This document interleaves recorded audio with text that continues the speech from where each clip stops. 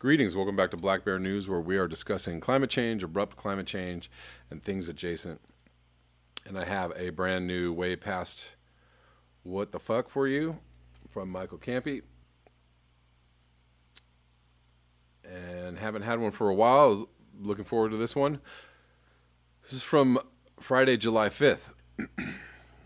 And it is titled American Idiot. Well, maybe I'm the faggot America. I'm not part of a redneck agenda. Now everybody do the propaganda and sing along to the age of paranoia. That's a quote from American Idiot by Green Day. The second post I put up on this blog was written on the 5th of July in 2010. It talked of the post-firework display smog settling on the inland valleys. I sat in my car feeling queasy, thinking back on last night's sickening display of patriotic pablum. And for the first time ever, I was made nauseous by what I saw. As television stations broadcast in parks and fields and nationwide were choked in a wreath of smoke and flashy explosions, the whole affair seemed hollow, empty of promise or emotion.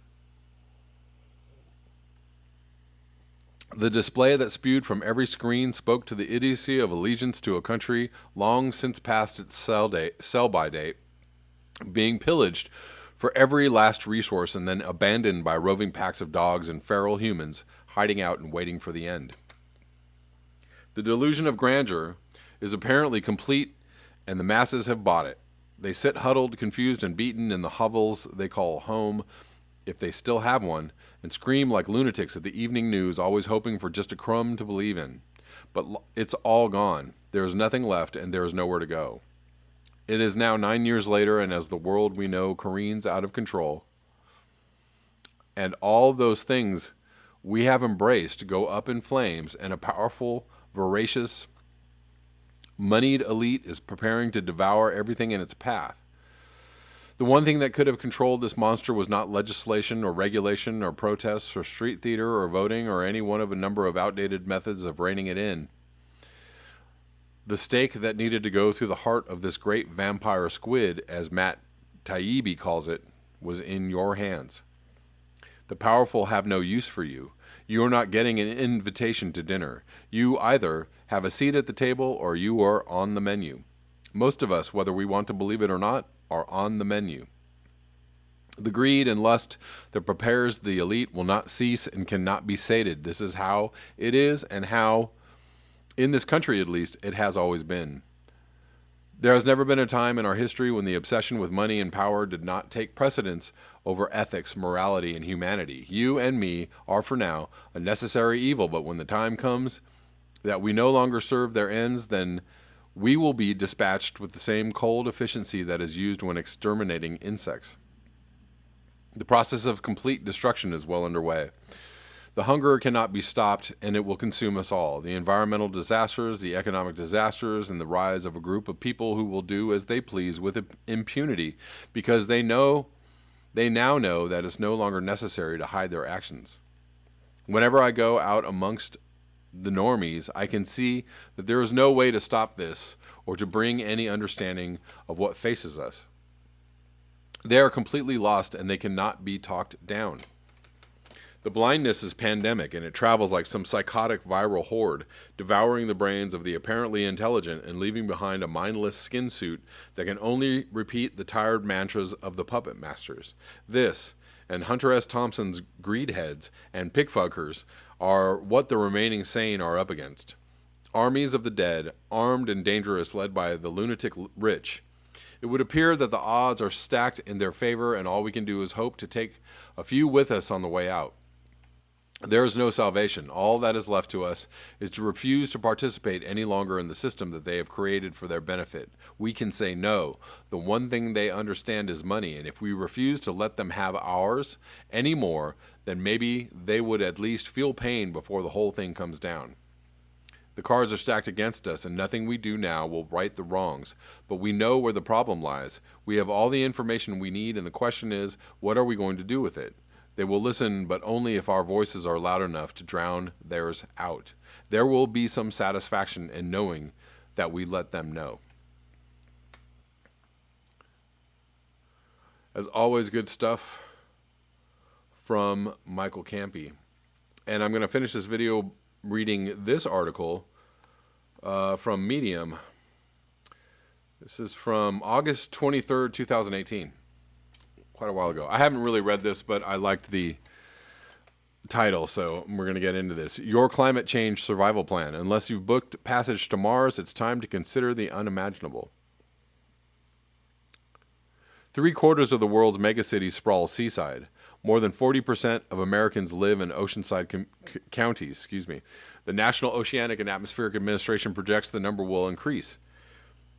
Even while the seas rise an estimated 20 feet over the next 80 years, efforts to erect seawalls and implement massive pumping systems are underway in some locales, but even with those measures in place, tens of millions of people will be displaced. Where will they go? Most will go inland, of course, and maybe a few will join Elon Musk on Mars. But increasingly, technologists are envisioning off-land human societies, on the water, underwater, and in the air, and they're developing the technologies that will allow it to happen. None of this is to downplay the havoc being caused by climate change, or to suggest that we should be less diligent about mitigating it, but as legendary sci-fi author Kim Stanley Robinson, whose recent novel, New York 2140, depicts a permanently flooded but still vibrant Manhattan, says, it's important to stay positive about the future, no matter how messed up things are now. In that spirit, here's a look at new communities we can, and may have to, create.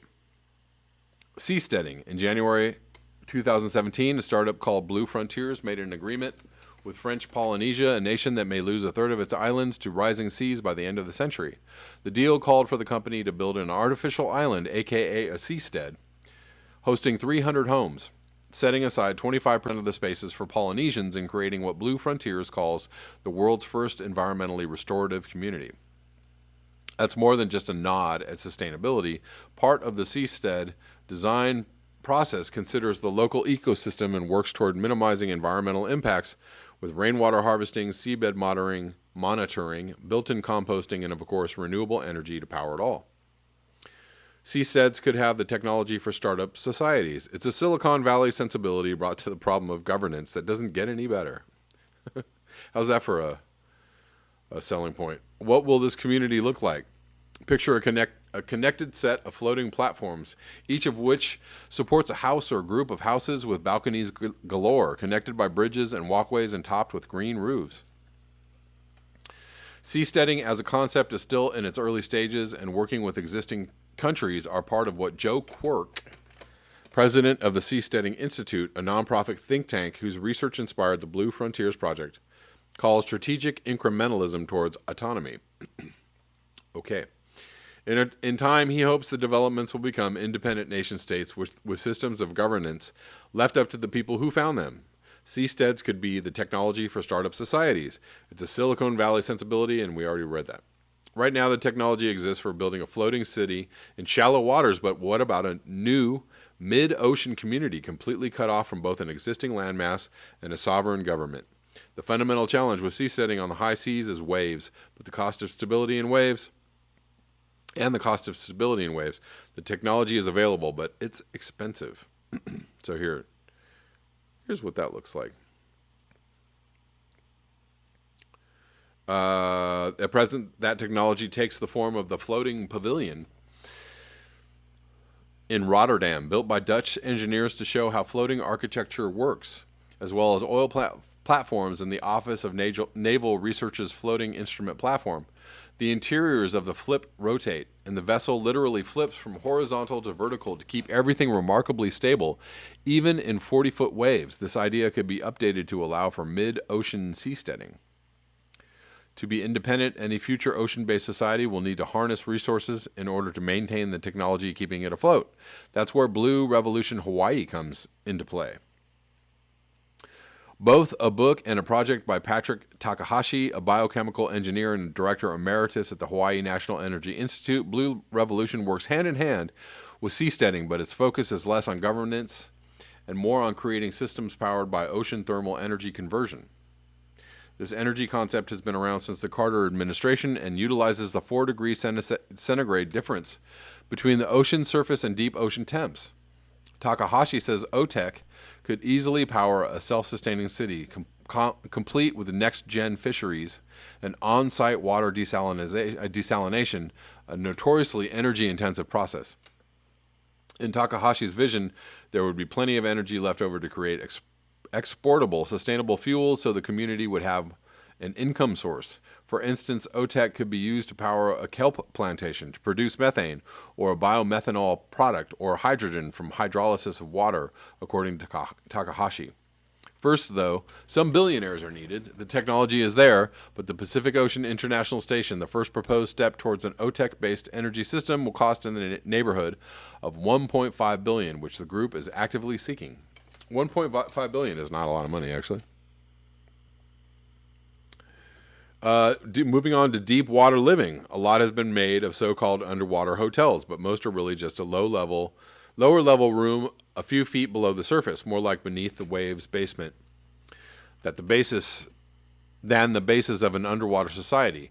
Jules' undersea lodge, however, is different. To get to it, you have to scuba dive 21 feet deep into a Florida lagoon. Based in a decommissioned research lab called La Chalupa, the lodge was designed by undersea living pioneer Ian Koblik, who is also the president of the nonprofit Marine Resources Development Foundation and author of Living and Working in the Sea. Koblik has lived underwater several times for up to 3 months and was one of the first people to live on the edge of the continental shelf, which he did for several weeks off St. John in the U.S. Virgin Islands in 1969. He calls it a huge adventure and says he and scientists who worked there went into it without knowing if it was going to pan out or not, and we weren't sure of whether you'd have long-term physical problems from living underwater. Luckily, they didn't. When it comes to long-term subaquatic lifestyles, Koblik is the realist, and Jacques Rougerie is the dreamer. Rougerie, or Rougerie, I don't know, who has also lived underwater for long stretches, once spending 71 days in La Chalupa in 1992, is a French architect who cites Jules Verne's Nautilus and Jacques Cousteau's Calypso as inspirations for his beautiful organic structures of future underwater living. From insect-like underwater rooms that together form a village, to a manta ray-like ship that can explore the deepest ocean abysses, to a renewably powered underwater lab that can house 8 scientists called Sea Space. He's thought about necessities too, like a sea farm that would allow deep sea denizens, he calls them Marians, to grow produce underwater, supplementing their diets of more readily available kelp and fish. Some of Rougerie's other creations are hybrids, with a portion of the design sticking up out of the water and the rest below, like a Sea Orbiter International Oceanic Station. Rougerie calls it a slow-paced drifting vessel. This design, inspired by seahorses, is neither tethered to the ocean floor nor powered to move. Instead, it wanders with ocean currents. This low-power design would allow for solar or wave power to keep living systems going, since locomotion would be incidental. For now, Rougerie's ideas are still just that. Many would depend on advanced materials that don't yet exist to deal with the realities of undersea living, and a problem Koblik is all too aware of.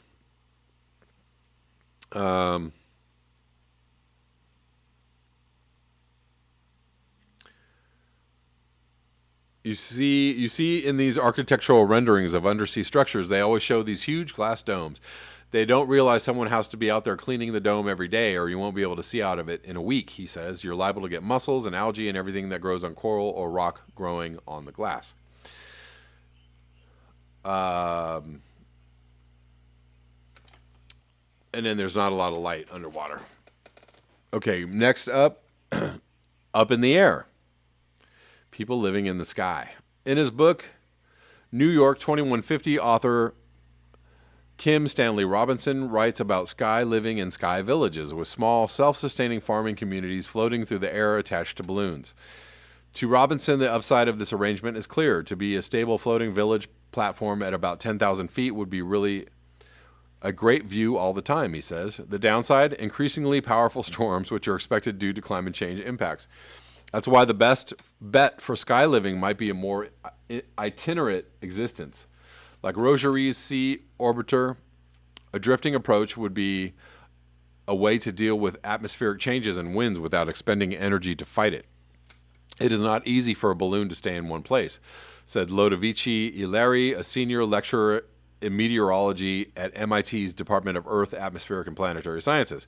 The atmosphere has very few stagnant points.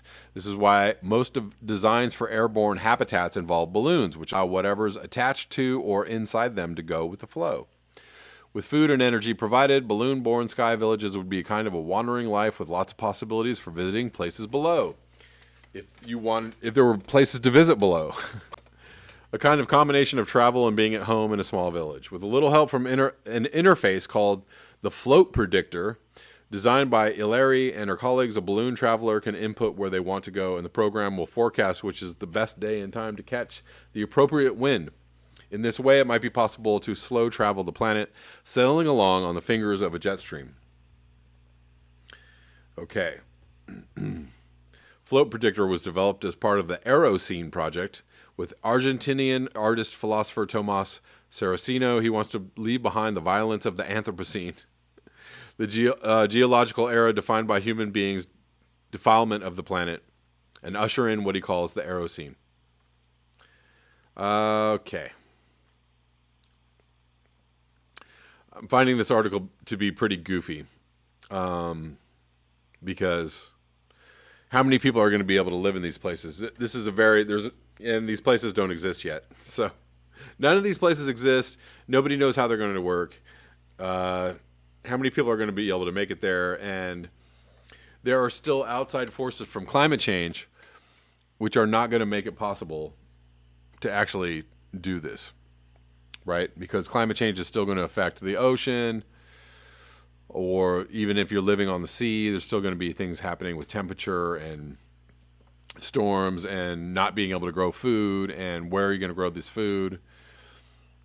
But who knows? Who knows if we're all going to be living in some kind of strange Blade Runner-esque future where we eat synthetic food and everybody lives indoors somewhere or underground or in space, or I don't know. I don't know how humans are going to do that. Synthetic food seems to be the best possibility, right? Because that's our biggest problem right now is climate change is basically going to affect how we're going to feed ourselves. And in the book, in the movie Blade Runner, they talk about synthetic food. So how are you going to make food out of, chemicals, basically? Something that's digestible and something that is not going to kill the human that it's feeding. Who knows? Maybe somebody's working on this right now, and I bet that they are. That's all I have for you today. Thank you so much for your eyes, your ears, and your conscience. If you would like to support this channel, you can do so at the links below. Until next time.